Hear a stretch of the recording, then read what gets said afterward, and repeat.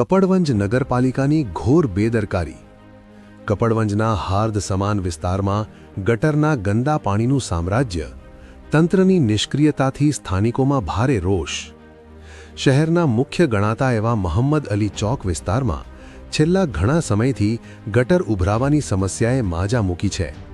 તંત્રને વારંવાર રજૂઆત કરવા છતાં પરિણામ શૂન્ય આવતા વેપારીઓ અને રાહદારીઓ ત્રાહિમામ પોકારી ઉઠ્યા છે। જાહેર રસ્તા પર વહેતા ગટરના કાળા અને દુર્ગંધ મારતા પાણી, નાક દબાવીને પસાર થતા લોકો, ગંદકી વચ્ચે ટ્રાફિક। કપડવંજ શહેરનો ધમધમતો ગણાતો મોહમ્મદ અલી ચોક અને કડિયાવાર મસ્જિદ પાસેનો મુખ્ય માર્ગ અત્યારે ગંદકીના નરકમાં ફેરવાઈ ગયો છે।